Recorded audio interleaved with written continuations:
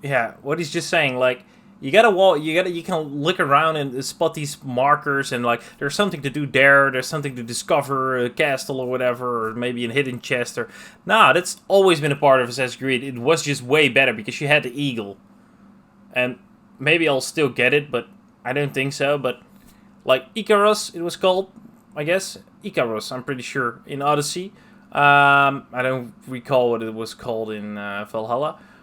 But that was a fun part with the bird. Like, especially scouring these castles and marking all the enemies, knowing where they are. That's a lot less now. I enjoyed it a lot. I enjoyed it with that bird, man. I'm missing my bird in this game. Like, for real, it was way better, dude. That's not better. What's he talking about? Just scattered across Japan. But you can't be sure unless you take them in for yourself. Maybe I'm the only one, though. I don't know. A common thing I would always stop to handle whenever I came across them were world activities. These are smaller locations and events that, when completed, add knowledge points to your characters, adding new options to their skill trees. Not all these events are exciting, but they often don't take too long, and the points are worth it in the end. And some can add an interesting distraction from the action for a short spell. Between outings, I spent some time at the hideout. After collecting minerals, crops, and wood out in the world, you can use those resources to build and upgrade important buildings here that give you access to new assets. I spent the majority of my time at the forge managing my equipment, while other important buildings provide features that can be managed in places outside of the hideout. That's true, though. This game makes it a lot easier to upgrade weapons. I heard multiple people about this, but as I recall, I had the same thing with Origins and Odyssey and Valhalla. I was, eventually when I had some great legendary stuff, I was only upgrading instead of getting new stuff. Because I liked it a lot, I had, like, it suited me the best, and then upgrading doesn't cost a lot. And it actually improves the item that much that you don't get better stuff anytime soon. Well, actually never. Every time you get something that gets close to it, you upgrade it again, and then you actually stay stuck with the same armor and stuff, but I don't really care about that, actually. But that's what he was saying, like, you're only stuck at the armory and stuff. And the hideout is pretty cool, if you ask me. I got no complaints about that. Like, people were hating about everything, but look, it's a cool extra. On this place for it's not, they didn't have to add it, but like, it's there, so as I it's pretty cool. personally can't be bothered to decorate a homestead, but those who can won't be disappointed by the amount of cosmetics available to find and buy. Yeah, I bought a monkey. This version of 1500s Japan is a buy beautiful a pet. place. I was actually expecting it to follow me, color but over every hill and not the across case. every lake. Each season brings with it incredible landscapes, sometimes covered in the copper brown of autumn or entombed in deep white snow. I found the weather to be some of the best I'd ever experienced in an open world. It was hard not to be moved watching powerful winds pick up and bring in rolling thunderstorms, especially when nature reacted to it all in real time, as flocks of birds take flight and ground critters scurry to find safety. And not for nothing, but in my dozens of hours in Shadows, I encountered remarkably few bugs for a game this size.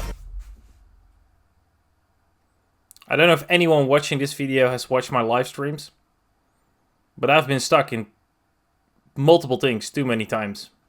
Like, dude, doors were closed that were open, but they were closed, like invisible walls and stuff. Like, chests weren't there. I had to get some legendary chests and they just weren't there. They were like, I could see them. I could see the marker, but the chest just wasn't there. Watch my last live stream, like part 2 of Assassin's Creed. It's like 3 hours long, but if you just scour through it, you'll find a couple bugs. I've been stuck multiple times. I had to like close the game and restart it.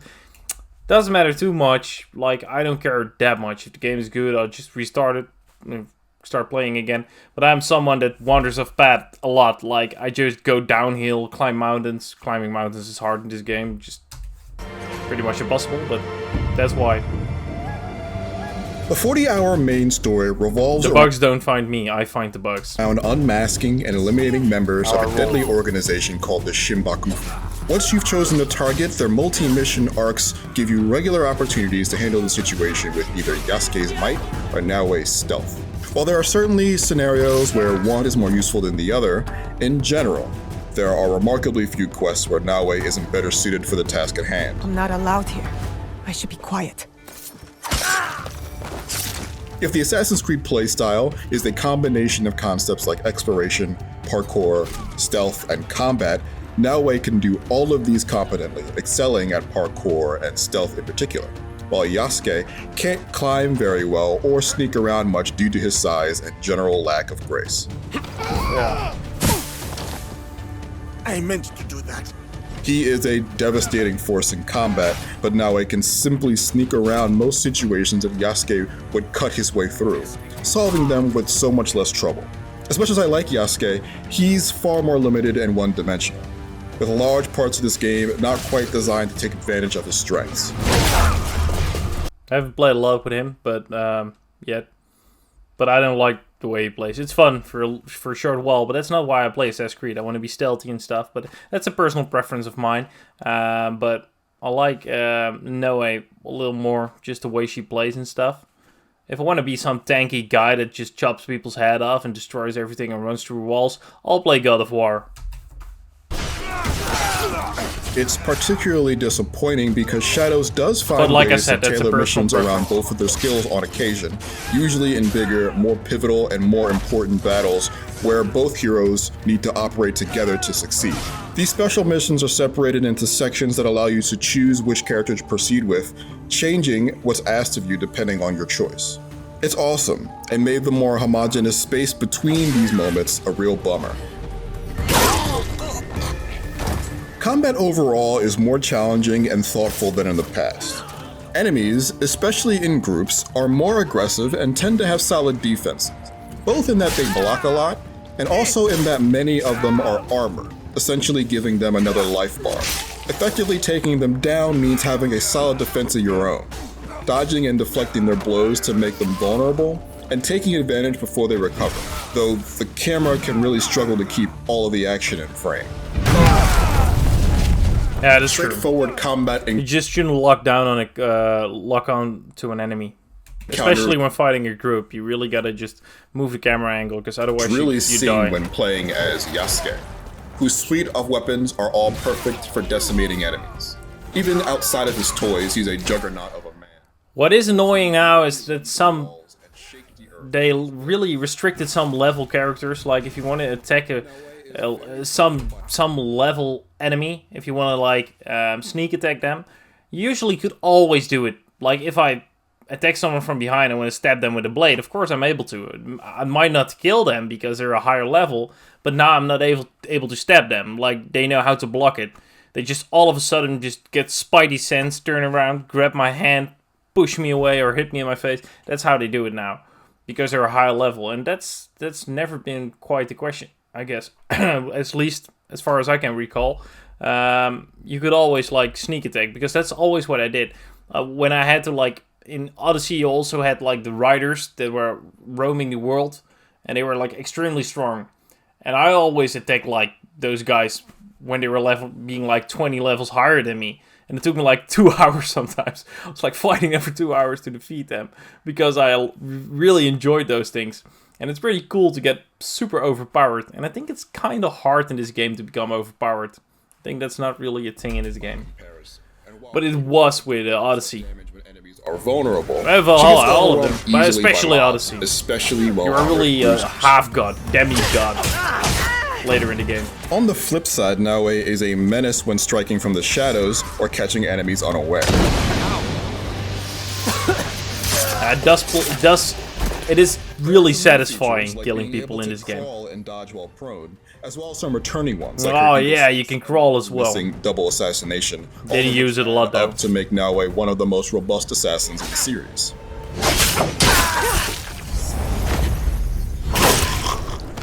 Enhancing your combat abilities is mercifully less tedious than Valhalla's skill constellation.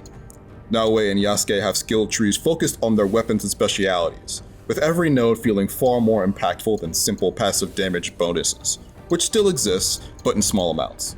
Gaining new abilities is obviously the most impactful, but some of the real hidden gems add new functionality to weapons, like being able to turn certain attacks with Naoe's chain sickle into grapples that let you pull enemies into obstacles or off of cliffs. Speaking of excess, Shadows takes a big step backwards from the work done around your inventory in Valhalla or Mirage. There are far too many pieces of randomized, color-tiered gear to pick up from fallen foes or earn as forgettable quest rewards that had no chance of making it into my rotation. Some might do as last-minute stopgaps to keep your stats in line with the bad guys, but only until you find that next piece of legendary gear or earn enough resources to level up a piece you already like. The skills in legendary gear, like this armor that has a chance to negate ranged attacks entirely, are impactful in a way that the generic buffs that you get from the lower tiers of gear never even come close to. Yeah, that's completely true.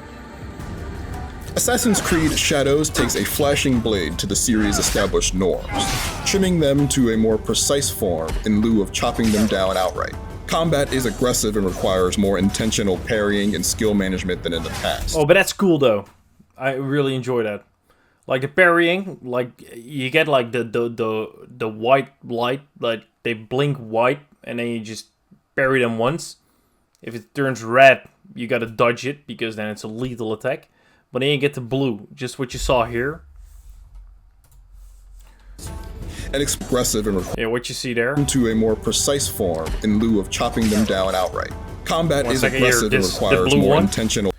If you see the blue, you gotta parry it, and then he's gonna do a multiple attacks simultaneously, and then you just gotta parry it real quick, and then you get some cool cinematic action and stuff. I like that a lot. That's a cool feature. More parrying and skill management than in the past.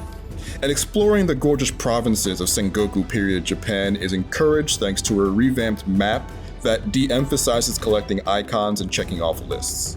Naoe and Yasuke are well-realized and memorable protagonists, even though most of the story they drive follows pretty predictable paths. Both have unique playstyles that bolster each other's weaknesses, but they are ultimately imbalanced by the fact that you can make use of the stealth and exploration skills of the Master Shinobi far more than the superhuman strength of the samurai. This isn't the Assassin's Creed that will change the minds of folks who have never connected with the series before. But for those of us with lots of hours logged into the Animus, the sum of Shadow's parts provide a refreshing realignment that you should not skip.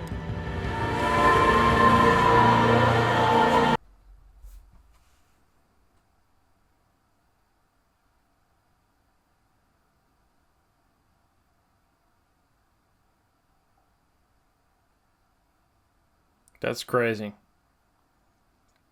That's crazy. An 8th. Damn, IGN. So why are they so big? Not telling I'm the best reviewer, but like give me like a 1% of their views or subscribers. Like, dude, well, freaking millions of people are watching your videos, and this is what they rate. Like, you can buy every single game. I don't know how. I barely watch any reviews from them, but I know they're shitty reviewers. Like an 8, like from if you look at all the Assassin's Creed games, what would you give like Odyssey then? Because I enjoyed Odyssey a lot. I think that's one of the coolest Assassin's Creeds. Not one of the coolest, but from the newest generation, like Origins, Odyssey, Valhalla, and then this one and Mirage I won't even count. I think that's one of the coolest. I enjoyed Odyssey. That was so cool being like half immortal and shit, jumping off mountains, doing all the crazy attacks. Oh, dude, I enjoyed that a lot. But like, what would you rate a game like that? 10? 10 out of 10? Like 15? If this is an 8, like, this isn't, like, some people are bashing this game so hard and they're like rating it a 2. Well, it's not a 2. It's just full of crap. It's not a 2. It's definitely not a 2. It's an okay game. It's just you're expecting a lot, and the story is kind of boring. But like what we just talked about, if you get the fortresses and stuff, and you can scavenge the world and clear out these fortresses, killing enemies like unnoticed. I enjoy that. Like, I can do a fortress and I can like spend an hour like finding my way, killing enemy before enemy, and all that stuff. But the thing I'm missing here is like the eagle at first, and like you had to like dismantle some bombs or some of the torches that would like they would lit up, and they would get like extra help and stuff. They would that's all missing. There's not a lot to do in that regard. Like now you have to kill like 2 samurais and open a chest, and it's not that advanced as it was with the other Assassin's Creeds. It's still fun to do though. Kind of lacking in that department. Well, at least it's not worth an 8. I wanted to see this video, and yeah, at some points I was okay with, but a lot of things we don't see eye to eye. That's for sure. Let me know what you think about Assassin's Creed. Have you played it? I'm still playing it. I'm gonna finish it. Definitely. Once I start a game, I gotta finish it, if I like it or not, you know. But it's not that I don't like it. It's just not one of the best Assassin's Creeds. Not one of the best games. Like, still playing Kingdom Come Deliverance. That one is great. Okay, well, thanks for watching. I'm gonna end this video now.